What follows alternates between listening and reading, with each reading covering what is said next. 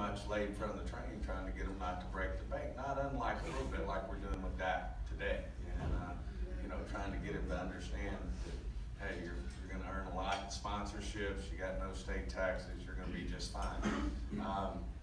So anyway, I said, we need to do the same thing with Deion. You can't just give him what he wants. And so he said, I got you, don't worry about me, I'm going to handle it.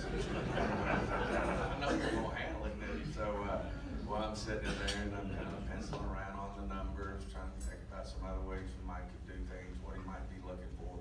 Well, Eugene had come up with a real unique deal that he would get his first 3 years, and they ultimately made a rule in the NFL called the Deion rule to keep you from doing this, but he played for minimum salary for 3 years and put all what he should be making into what would be the largest signing bonus ever in the NFL.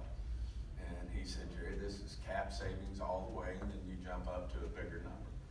And of course, that all sounds great to Jerry. Hell, Steve will be happy. No cap problems, the whole 9 yards. But boy, he walks in there, and of course, it's fraught with some issues. And I said, gosh, Jerry, we can't.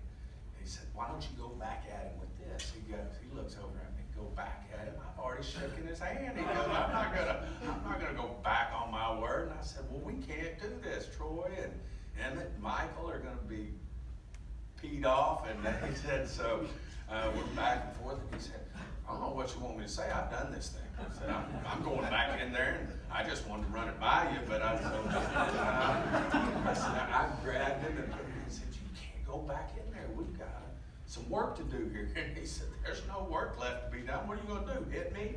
I mean, I was hot about it. And he said, here's what we'll do. Count on me to get it right with Troy, Emmett, and Michael, and let's move on. So, well, I bit down real hard and said, that's it. And I said, here we go. And he did do that. He sat down with them, and everybody was good. And of course, Deion ended up, much to his big smile that he had, we were able to win a Super Bowl with Deion, and of course, it turned out great. The other one, John, was the Johnny Manziel story. I was going to ask you. Which was probably one of the tougher ones too at the moment. But we were draft day, and we had 3 defensive players. It turned out they were all 3 great players, but it was Aaron Donald, it was Barr from Minnesota, who's a great pass rusher, and then it was Shazier from Pittsburgh, great linebacker. And he said, any one of those 3 I'm happy with. We need to get better on defense. We don't even need to worry about Johnny. We're not going to take him. And he goes, but let's talk about Johnny. If he fell, would we take him? And I said, Dad, everybody's been trying to appease you a little bit in the draft room in there, and everybody was thinking that he wasn't going to fall. So, no one wanted to really just have it out on Johnny. I said, but if you really read through the lines here, nobody really wants to take him. He's not a leader. He's got a lot of issues, a lot of things going on. And I said, I don't really think anyone wants to take him. He goes, well, let's just not even get it. He's not going to be there. And he said, I know where you're coming from, but probably one of these defensive guys will be here, and we won't have to worry about it anyway. Let's just go to work. Let's get in this draft room and let's have a good day. And so, boy, sure enough, there we go. And got all 3 defensive players sitting there, and one after the other, they start to go off. Aaron Donald, which, as we know, turned out to be a great one. Barr, Shazier, and there we sit.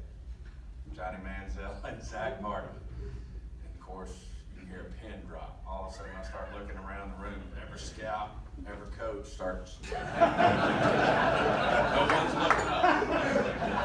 And I look over at Jerry, and he goes, well, who are we going to take? And I go, I think we should take Zach Martin. And Jerry goes, I want to take Johnny Manziel. And I go, Jerry, we've talked about this. And I go, guys, I said, we're getting ready.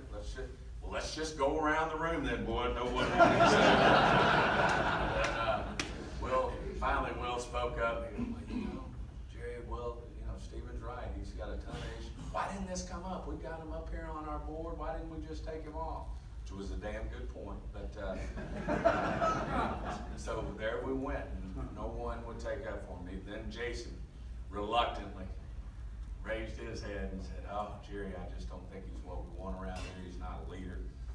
And so, boy, there it goes, and man, we're getting down to the wire, and the guy in New York is on the phone, and he goes, we're down to less than a minute.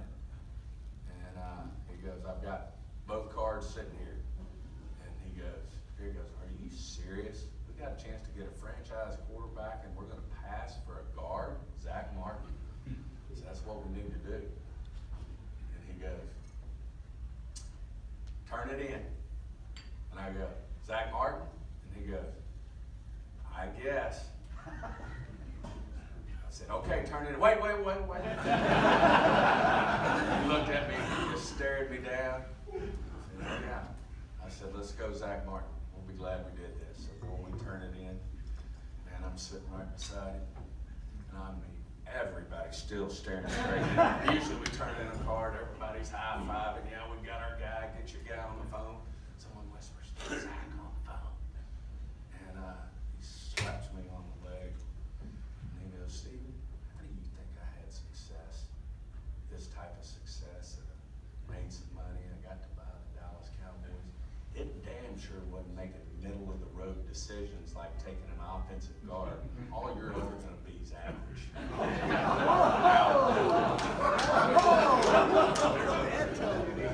But we got our guy. Let's talk to Zach. So, man, about 2 minutes passed, and he came back down and sat down and hugged me around the neck. I love you. We did the right thing.